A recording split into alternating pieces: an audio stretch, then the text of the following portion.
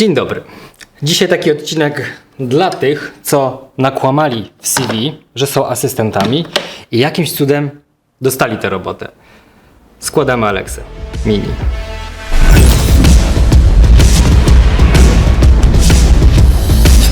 Hej kozacko! Okej, to kilka słów wstępu, zanim rozpoczniemy sobie budowę kamery. Przede wszystkim, jeśli wypożyczacie na przykład Alexę Mini, to dostajecie ją z monitorem, już z rigiem, już z mocowaniem na baterię i podpiętym zasilaniem, więc generalnie ona jest prawie gotowa. Trzeba założyć obiektyw, baterię i teoretycznie moglibyśmy już działać. Myślę, że taki podstawowy zakres już by było ok, ale my troszeczkę rozbudujemy sobie dzisiaj ją bardziej, żeby było to i jak najbardziej mobilne. Myślę, że z takim zestawem jak dzisiaj złożę, pokażę wam, no to już można wejść na niejeden taki konkretny plan, który już nie ma wstydu, więc zaczynając od początku. Składamy to sobie wszystko tutaj na naszym maglinerze. Jest to taki wózek, który umożliwia tam nam prowadzenie, jeżdżenie z nim, przewożenie sprzętu i składanie na nim rzeczy. No, ułatwiamy sobie jak najbardziej na planie możemy.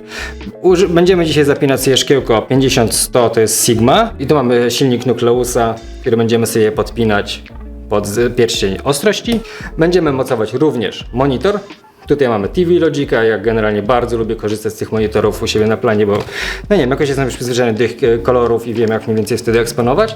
Będziemy to wieszać sobie na Magicu, potrzebujemy D-Tapa, SDI, kable zasilające, jeden, drugi, a do tego wszystko jedna większa bateria, która nam dźwignie na parę godzin. Myślę, że da radę to wszystko. No dobrze, skoro już mniej więcej wiemy co i jak, to sobie zacznijmy. Zaczniemy sobie od nałożenia obiektywu na kamerę. I teraz tak, mamy mocowanie PL i nie wiem, czy kiedyś korzystaliście z tego mocowania. Ja wam je zaraz pokażę, jak to mniej więcej zapiąć. Generalnie zasada jest mega prosta. Tutaj wystarczy przekręcić antyklockiem. Antyklockiem to znaczy, że przeciwnym ruchem wskazówek zegara. Zdjęte, patrzymy sobie, żeby było odpowiedniej linii. Wsuwamy. Tutaj trzeba poszukać. Dokręcamy. Tyle. Odkręcamy przeciwnie do wskazówek zegara, a zakręcamy ze wskazówkami zegara, czyli antyklockiem i klockiem. I zapamiętajcie te dwa słowa, antyklockiem i klockiem, bo to są bardzo często używane na planie. Antyklockiem, czyli przeciwnie do wskazówek ruchu zegara, a klockiem to jest ze wskazówkami, więc łatwe do zapamiętania, a bardzo praktyczne na planie, bo jeśli powiecie na przykład obróć na przykład, to jest często na przykład do scenografii, no obróćmy antyklockiem jakąś rzecz. Oni będą wiedzieli o co chodzi, a jak tak, to antyklockiem dużo łatwiej jest powiedzieć, na przykład odwróć to przeciwnie do wskazówek ruchu zegara. Jedno słowo zamiast 5 czy 6, więc zapamiętajcie. To teraz założymy sobie tutaj silnik nasz od pierścienia ostrości, tutaj firmy tam Nucleus. I teraz tak, wsuwamy, dociskamy, patrzymy, żeby weszła w zębatkę, tyle. No to jest tutaj totalnie nie ma filozofii. Może zaczyna się ona bardziej, jeśli zaczepiamy już wtedy kabel, żebyśmy odpowiednio wszystko tutaj sobie... A w ogóle pogadajmy trochę o rentalu, bo no, wypożycza się kamerę. Jest na przykład napisane w cenniku, że ona kosztuje, no nie wiem, Alexa chyba 1500 zł. No i mówisz klientowi, no wypożyczymy kamerę za 1500 zł, więcej nie trzeba. A nagle przychodził, tylko muszę to... Sorry, jeszcze tutaj zanim, bo generalnie to jest tak, przepraszam. Mamy tutaj wejście na D-Tap. D-Tap to jest takie specjalne wejście, które tam od V-Locków wychodzi.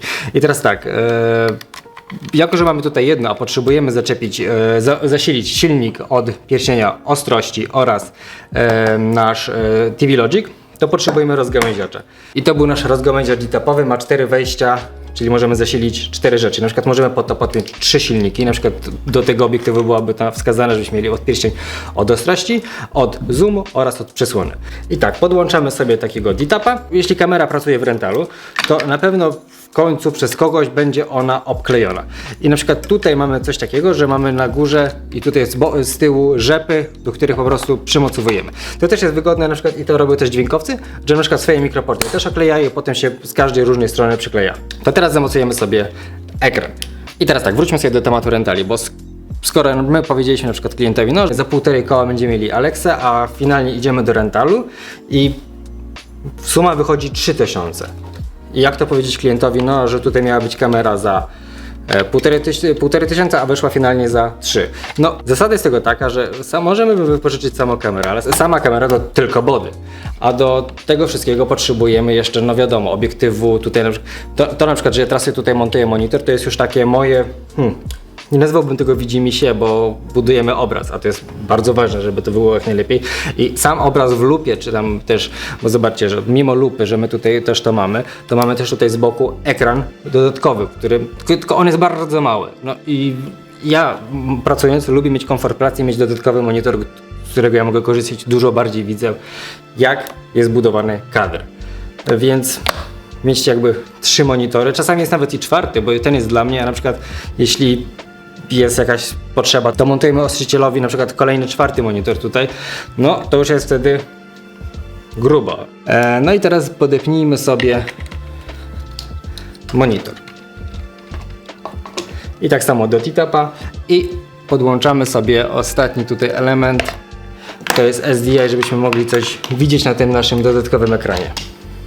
Ja super profesjonalnie tego nie robię, ja wiem, że te kable to dym do oczu z każdej strony, ale chodzi o to, żebyście znali jakieś takie podstawy złożenia kamery, że jak się zamontować obiektyw, monitor, co potrzebujecie na przykład D-Tapa, tu jeszcze na przykład w ogóle wypadałoby, żeby podłączyć do tego jeszcze Teradeka czy jakiegoś innego bezprzewodową wizję dla reszty ekipy, bo nie tylko wy patrzycie w ekran, ale wszyscy. Zasada jest ta sama co z monitorem. Potrzebujemy podłączyć do D-Tapa oraz do SDI. Tyle więcej tutaj jakby się nie wydarzy, po prostu ja tego nie robię, bo czuję, że nie ma takiej potrzeby i to, co wam tutaj pokazuję, to w zupełności wystarczy. No i teraz tak, skoro mamy zaczepiony już obiektyw, monitor i w sumie i silnik, no to teraz montujemy sobie V-Locka. No, montaż V-Locka to jest tylko wsunięcie w płytę, tyle. No i dobrze, czy nam się tutaj świeci? Świeci się. No i dobrze, to teraz podłączamy sobie, włączamy kamerę, włączamy monitor, silnik od ostrości. Wszystko śmiga. No i dobrze, zajęło nam to ile? No 5 minut złożenia tak gotowej kamery na plan? Wracając jeszcze do tematu naszego wypożyczenia kamery. No zawsze wypożyczenie kamery to nie jest tylko body, tylko to są również akcesoria takie jak obiektyw, monitory, ostrości, więc ta suma zawsze urośnie. Więc musicie pamiętać o tym i wiedzieć, jakie są mniej więcej podstawy wynajmu. Zanim wycenicie projekt klientowi, napiszcie do rentalu, zadzwońcie, powiedzcie, że potrzebujecie takiego sprzętu, takiego, ile to będzie kosztowało i czy mogę na przykład wam podpowiedzieć, czy czegoś nie zapomnieliście, czy coś jeszcze jest potrzebne. Uwierzcie mi, na pewno wam odpowiedzą, bo to jest zasada win-win. Oni wypożyczają wam sprzęt, zarabiają na was, wy macie super sprzęt, za który płaci klient, więc tutaj nikt nie traci, a każdy chce zarobić. Więc piszcie, ten świat nie gryzie, to jest warte, tu w tej branży trzeba rozmawiać, dużo rozmawiać, bo zanim wejdzie się na plan, to wymienia się milion maili i rozmawia się z dużą ilością ludzi, bo trzeba zbudować sobie wzajemne zaufanie, bo bez tego to ani rusz na planie.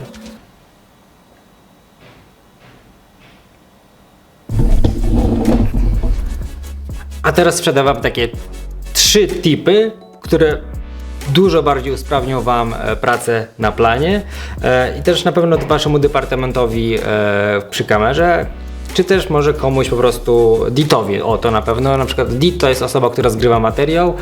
Dobrze, a co do tego potrzebujecie? No i to jest taśma po prostu i flamaster. Krok numer 1.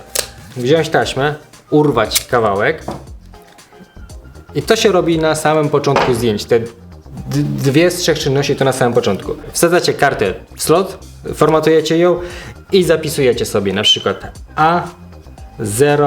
A001 A001 i zaklejacie sobie ją w miejscu, gdzie jest slot na karty. W tym wypadku jest najgłupsze miejsce, jakie istnieje, czyli z tyłu.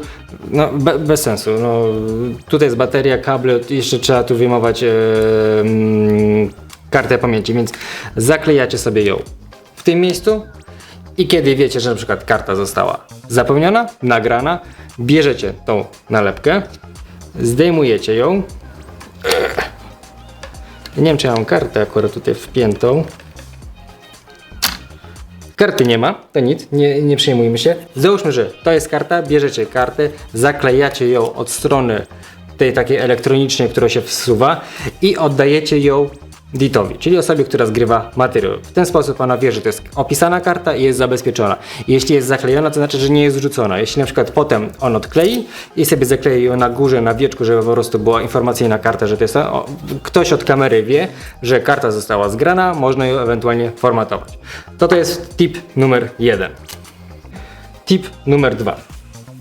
Bierzecie również sobie kawałek taśmy. I teraz tak, na przykład jeśli ja mam tutaj zooma, to tutaj się to za bardzo nie sprawdzi, ale na przykład jeśli macie set obiektywów, to ja często proszę chłopaków od kamery, żeby opisali mi każdy obiektyw, żebym ja wiedział jaki jest set. Ja sobie to zapiszę. I teraz tak, ja sobie zapisałem, że mamy na przykład obiektyw 10 mm, 20, 30, tam 50, 80. Zapisałem sobie każdą ogniskową, jaką mamy i ja sobie to naklejam tutaj. Każda ogniskowa ma również do tego przesłonę, jaką ma, że na przykład wiecie, że ogniskowa 50 ma przesłonę na przykład 1.8. Ja to wszystko tutaj wymyślałem, ale żebyście wiedzieli zasady, jak to działa. I ja sobie zawsze zaczepiam ją z boku kamery, żebym ją tutaj gdzieś pod lupą jak najbliżej. Chwila, moment. No i witam z powrotem. Więc tak, na przykład jeśli mamy opisane 50 i na przykład wiem, że mamy przesłane 2.8, no to dla mnie jest informacja, znaczy tej informacji używam do tego, żeby wiedzieć na przykład, żeby nie myśleć tam gdzieś, no mam 35, 50 czy 28, bo nie zawsze numeracje są takie same, są równe, 42, 37, więc warto sobie to zapisać i mieć gdzieś z tyłu głowy, żeby na przykład powiedzieć, chłopaki, żeby na przykład nie mówić, no potrzebuję 35, a tak naprawdę mamy 37. Nie był to żadna wtopa, ale dużo profesjonalniej może określić się wtedy, jeśli od razu dajemy konkretne numeracje asystentowi. Wtedy usprawnia to. I ostatnim etapem jaki jest to również potrzebujemy taśmę, więc to jest, widzicie, to nie jest drogi zakup, a bardzo usprawnia. To jest na kompendium. Niestety ja tutaj kompendium teraz nie założyłem, bo chciałem wam złożyć taki podstawowy zestaw, ale na przykład jeśli mamy kompendium i na przykład mamy opisane, na przykład mamy filtr założony, na przykład mamy Black Promise, czyli opisujemy Black Promise, na przykład gradacja 1/8. I sobie wtedy, jeśli mamy kompendium, to sobie naklejamy tutaj na kompendium i przynajmniej wiemy, jaką mamy gradację, bo generalnie promisty, znaczy filtrowanie powinno się zmieniać w zależności od tego, jaki ma się obiektyw. Więc tutaj byśmy sobie też nakleili, żebyśmy wszyscy wiedzieli, w jakim stopniu jest, jak pracuje kamera. Więc karta pamięci, ogniskowe, jakich używamy oraz ofiltrowanie. No to są takie moje 3 tipy dla was, które na pewno ułatwią wam plan.